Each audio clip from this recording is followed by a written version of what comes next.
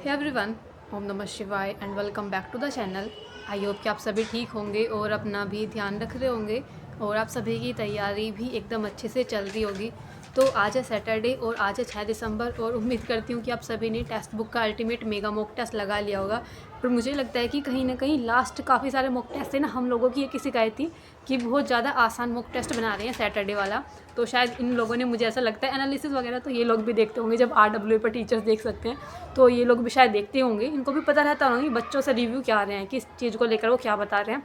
तो मुझे लगता है शायद इनका लेवल ना ठीक आ रहा है, ना बहुत ज़्यादा आसान ना बहुत ज़्यादा डिफ़िकल्ट। पहले से थोड़ा सा इंक्रीज़ हुआ। आप सभी ने भी देखा होगा कि पहले जो इन्होंने जो इसका मॉक टेस्ट का लेवल बना रखा था सैटरडे वाले अल्टीमेट मेगा मॉक टेस्ट का, वो कुछ ज़्यादा ही थोड़ा आसान सा था। वो बिल्कुल 2021 वाले पैटर्न पर था। लेकिन ये थोड़ा सा सही है क्योंकि इसमें ना टाइम लग रहा है और ऐसा नहीं है कि बिल्कुल बहुत ही ज़्यादा आसान क्वेश्चन थे। तो आज की अगर बात करूँ तो आज मैंने मॉक टेस्ट लगा लिया टेक्स्ट बुक का, और मैंने मॉर्निंग के टाइम पर ही लगाया था, शायद 10 बजे के बाद। और मेरे पास किसी का कमेंट आया था कि हमारे में ये मॉक टेस्ट जो है शो नहीं हो रहा। देखो, कभी कभी ना क्या होता है, टेक्स्ट बुक का जो ये अल्टीमेट मेगा मॉक टेस्ट रहता है ये आता तो सभी के फ़ोन में, लेकिन शो नहीं होगा आपको। मतलब ऐसा होगा कि आपको 2 बजे के बाद शो होगा या 12 बजे, मतलब टाइम चेंज हो जाता है इसका। किसी किसी के फ़ोन में टाइम से नहीं होता, नहीं तो 9 बजे के बाद ही ओपन हो जाता है। तो ये रहा था। और अभी अगर मैं बात करूँ तो मैंने जो पास लिया था लास्ट ईयर, मैंने दिसंबर में पास लिया था इसका टेक्स्ट बुक का, पूरा ईयरली पास लिया था, वो मेरा ख़त्म हो चुका है। जिस वजह से मेरे जो मॉक टेस्ट हैं उसमें मैं सिर्फ सैटरडे वाला अल्टीमेट मेगा मॉक टेस्ट ही लगा पा रही हूँ कुछ दिनों से। और इसके बाद एनालिसिस के लिए आप क्वेश्चन भी नहीं देख सकते कि कौन से आपके क्वेश्चन गलत हुए हैं, कौन से क्वेश्चन सही हुए हैं। सिर्फ मैं इतना देख पाई हूँ कि मेरा स्कोर क्या है, कि सब्जेक्ट में कितना स्कोर है, कितने क्वेश्चन गलत हैं, क्या रैंक है, क्या परसेंटाइल है। सिर्फ इतनी चीज़ें पता चली हैं। कौन से क्वेश्चन गलत हुए ये सब कुछ पता नहीं चल पाया। अभी मैं सोच रही हूँ जल्दी से, जब भी कोई टेक्स्ट बुक पर ऑफर आए तब मैं अपना जो मॉक टेस्ट है, ये मतलब मॉक टेस्ट जो मैं लगाती हूँ टेक्स्ट बुक के, इसका मैं ईयरली पास ले लूँगी। एक बार ईयरली पास ले ले तो पूरे साल की टेंशन ख़त्म रहती है। तो फ़िलहाल मेरा ख़त्म हो रहा है, जिस वजह से मैं क्वेश्चन वगैरह नहीं देख पाई आज कौन कौन से क्वेश्चन गलत हुए थे। तो अभी लेकर चलते हैं। सबसे पहले हिंदी की अगर बात करूँ ना, तो हिंदी में स्टार्टिंग के ही आपने 2-3 क्वेश्चन देखे होंगे। एक तो वो था जिसमें अशुद्धि वाला पार्ट था, जिसमें बतानी थी, पता नहीं वो क्वेश्चन मेरा ठीक हुआ नहीं हुआ, तो वो क्वेश्चन में थोड़ा सा डाउट था। और एक जो क्वेश्चन था ना कि बै का जो पूछा हुआ था कि वो कौन कौन सा होता है। देखो, बै एक तो अल्प प्राण में आएगा, तो ऐसे करके मैं देख रही थी, मुझे एक ऑप्शन में ना कन्फ्यूज़न सा हो रहा था, क्योंकि बै में थोड़ा सा मुझे लग रहा था कि कुछ चीज़ें शायद कन्फ्यूजिंग था वो वाला ऑप्शन। हिंदी में सही थी हिंदी, लेकिन शायद पता नहीं कुछ चीज़ें गलत हुई होंगी, क्योंकि अब बिल्कुल ऐसी आसान नहीं आ रही जैसी स्टार्टिंग में आपने देखा होगा। बिल्कुल एकदम ऐसे क्वेश्चन आ रहे थे पहले कि आपने देखा और तुरंत लगा दिया, लेकिन अभी थोड़ा सा लग रहा है कि हाँ, थोड़ा दिमाग लगाना पड़ता है। जैसे वो बै वाला क्वेश्चन था, उसके ऑप्शन को, हर एक ऑप्शन को बहुत अच्छे से देखना पड़ रहा था। एक वो था कि किस में अनुपसर्ग नहीं है, उस क्वेश्चन को भी बहुत बड़ा ध्यान से देखना पड़ रहा था, पूरा अलग निकाल के देखना पड़ा। एक सेकंड क्वेश्चन था कि किस उपसर्ग में दो उपसर्ग हैं, ऐसा क्वेश्चन था शायद कि किस में 2 उपसर्ग है, तो उसमें सभी के उपसर्ग तोड़कर देखना पड़ रहा था। इसलिए हिंदी वाले पार्ट में तो आज मेरा मैक्सिमम टाइम लगा, शायद इतना टाइम मैंने कभी लिया नहीं होगा। 13-14 मिनट मैंने हिंदी में ली थी आज। और उसके बाद भी स्कोर तो कम ही आया है। गद्यांश तो ठीक था, चलो जो जैसा भी था नॉर्मली था गद्यांश तो। उसके बाद जीके जीएस वाले पार्ट की बात करूँ तो मुझे लगता है कहीं ना कहीं जीके जीएस में आउट ऑफ सिलेबस सा ही जा रहे हैं लोग। कभी बीएनएस ज़्यादा पूछ देते हैं, मतलब संविधान से तो कम क्वेश्चन रखते हैं, जबकि सबसे ज़्यादा क्वेश्चन उसी से रखने चाहिए। क्योंकि मैंने अभी कुछ टाइम पहले 2021 का मॉक टेस्ट लगाया था, उसके अंदर संविधान से बहुत अच्छे खासे क्वेश्चन दे रखे थे। जैसे मूल अधिकार वाले चैप्टर से, राज्य की नीति निर्देशक तत्व, इन सभी चैप्टर से ना अच्छे खासे क्वेश्चन दे रखे थे, जिस वजह से संविधान वाले पार्ट में ना स्कोर सही बन रहा था। लेकिन ये लोग पता नहीं बहुत ही अलग ही क्वेश्चन देते हैं, या तो उसमें करंट अफेयर से ज़्यादा डाल देंगे, या फिर ऐसे कि इस आयोग की स्थापना कब हुई, ये कब बना, वो कब हुआ, ऐसे ऐसे क्वेश्चन थे। तो जीके जीएस वाला पार्ट मेरा बेकार ही रहा है। उसके बाद की थी मैंने रीजनिंग, और रीजनिंग में शायद आज पहली बार हुआ होगा कि इतना ज़्यादा टाइम लगा है, मतलब मैक्सिमम बिल्कुल, इससे ज़्यादा तो क्या ही लगेगा। आई थिंक 48 मिनट मेरी लगी हैं, क्योंकि कुछ क्वेश्चन थे जो मेरा टक गए थे। एक तो बॉक्स वाला क्वेश्चन था, और उसमें ट्रायंगल गिनने वाला हो गया था, ट्रायंगल गिनने वाला ये पता नहीं सही हुआ था या गलत था। तो बॉक्स वाला क्वेश्चन था, और एक सीरीज़ थी मेरी, वो नहीं बनी थी।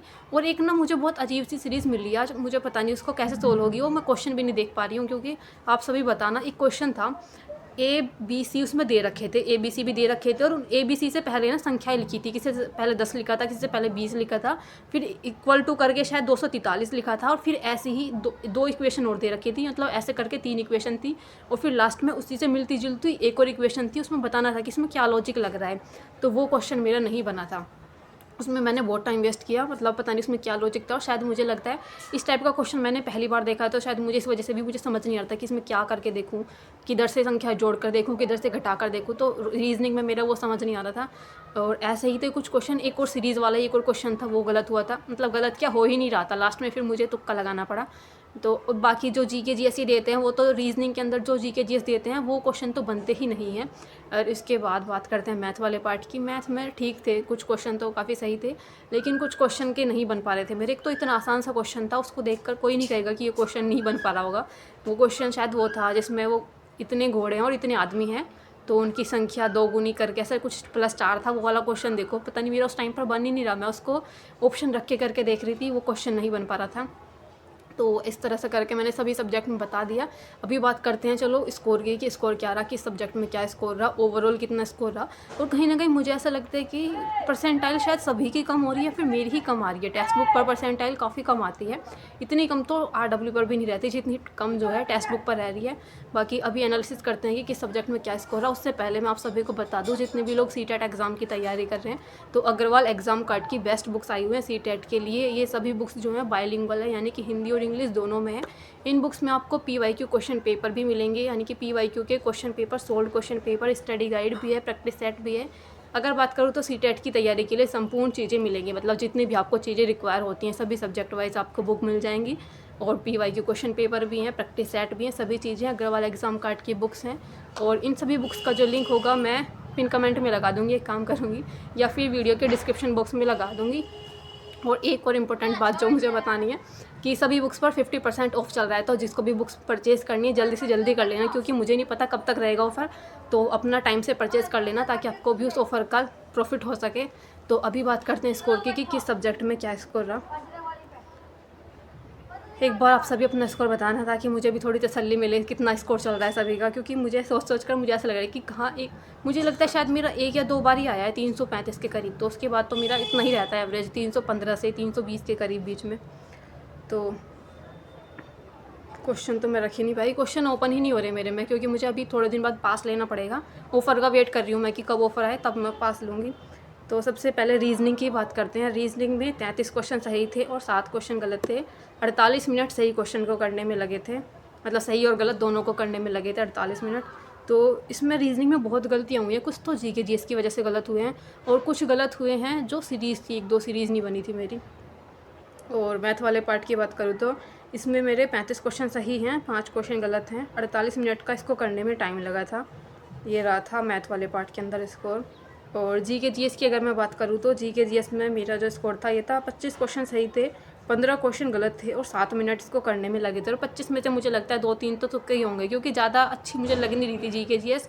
मतलब ऐसा था कि जो ऐसा लग रहा था कि पढ़ नहीं रखी है सही से चीज़ें, मतलब जो इजी चैप्टर जैसे भाग फर्स्ट, ये भाग 2, भाग 3, भाग 4, ये 5, इन तक तो कम क्वेश्चन पूछ रखे थे।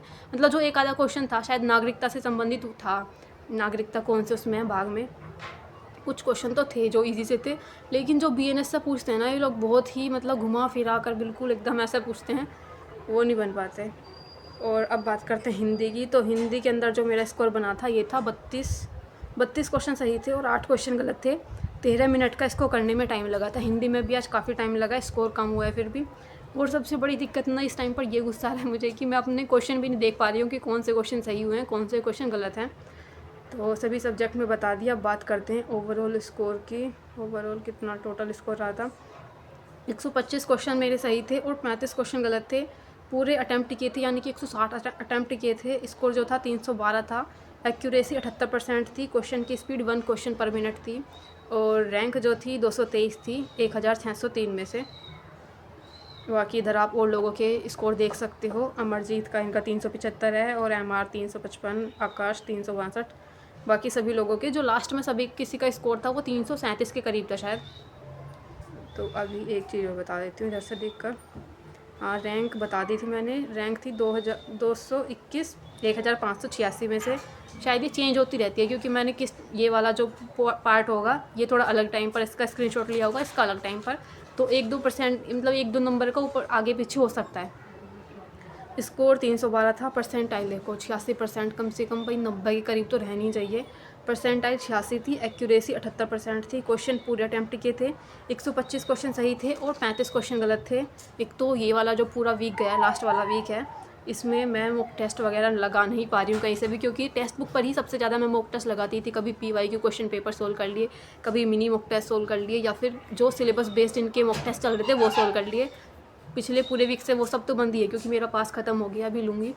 तो इस वजह से कहीं ना कहीं थोड़ा सा उसका भी इफेक्ट पड़ा है कि प्रैक्टिस नहीं हो पाई अच्छे से क्वेश्चन की। तो मेरा स्कोर ये रहा था। आप सभी अपना स्कोर बता देना कि सब्जेक्ट वाइज आप सभी का क्या क्या स्कोर रहा, और ज़रूर बता देना प्लीज़। तो बाकी मिलते हैं नेक्स्ट वीडियो में, तब तक के लिए bye bye, take care and Radhe Radhe.